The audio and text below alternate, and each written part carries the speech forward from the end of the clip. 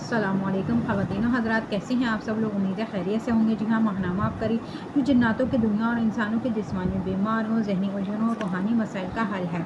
आज टॉपिक है जिन्नात का पैदाइशी दोस्त। ये एक ऐसे शख्स की सच्ची आबीती है जो अब तक औलिया जिन्नात की सरपरस्ती में है। इनके दिन रात जिन्नात के साथ गुजर रहे हैं।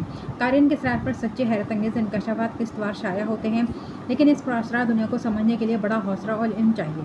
सदियों पर मुहित नाकाबिले फरामोश वाक़यात। एक जिन बताने लगे, हमारे एक पुराने बाबा जी होते थे जो फौत हो गए। इन बाबा जी की ज़िंदगी में एक चीज़ देखी। वो रोज़ कोई ना कोई पुरअसरार वाक़या सुनाते थे। खुद ताकतवर जिन थे, लेकिन ऐसे नामालूम पुरअसरार जहाँ को दरियाफ्त करते थे और इस खोज में इसकी तलाश में रहते थे जिसका हमें ना इल्म ना हमें समझ थी। और ऐसे वाक़यात सुनाते थे जिन वाक़यात को हम आज तक नहीं भुला सके। सदियों पुरानी इनकी ज़िंदगी, लेकिन वाकई ऐसा है कि इनके अगर वाक़यात जो सदियों पर मुहित हैं और वाकई पुरअसरार हैं, इनको अगर सोचा जाए तो इन वाक़यात के अंदर एक दुनिया है। एक दफ़ा कहने लगे, ये हुर्फ नून है। सिर्फ़ एक नुक्ते के अंदर 313 पुरअसरार जहान है, और इसका नुक्ता जिसकी समझ में आ जाए, इसके ऊपर 313 पुरअसरार जहान खुलेंगे। लेकिन निज़ाम जिसको समझ आ जाएगा। फरमाने लगे, एक दफ़ा मैंने सोचा कि मैं नून के अंदर दाखिल हूँ। नून के नुक्ते ने मुझे अंदर ना जाने दिया।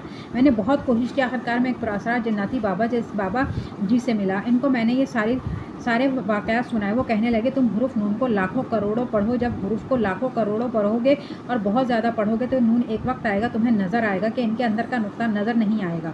रेशम में लिपटा अनोखा जहाँ। बस जिस दिन तुम्हें नुक्ता नज़र आए, समझ लो कि तुम कामयाब हो गए हो।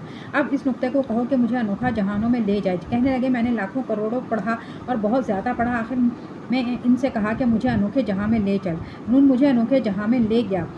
आंखें खुली तो हैरत अंगेज़ अनोखा मंजर देखा। मैंने कहा, मुझे रेशम के जहाँ में ले चलें। इसने मेरे माथे पर हाथ रखे। ऐसा महसूस हुआ कि मुझे गनूदगी आ रही। मैंने फिर महसूस किया कि मेरे पाँव के नीचे ज़मीन चल रही। बस चंद लम्हात के बाद इनका जब मेरे माथे से हाथ हटा तो मैं एकदम आंखें खोली। बस आंखें खोलना ही था। मैंने एक जहाँ देखा जिसकी हर चीज़ सब्ज़ थी। मेरे साथ बहुत बड़ा पत्थर था। इसको मैंने हाथ लगाया तो वो बज़ाहिर पत्थर था, लेकिन रेशम की तरह नरम था। एक दरख्त किसी शाख को हाथ लगाया तो वो रेशम की तरह नरम। पत्थर भी सब, दरख्त भी, वहाँ आसमान, हर चीज़ सब्ज़ थी और आँखों को चीज़ भरी लग रही थी, और ऐसी भारी कि इंसानी और जन्नती अकल मुतासिर हुए बगैर नहीं रह सकती।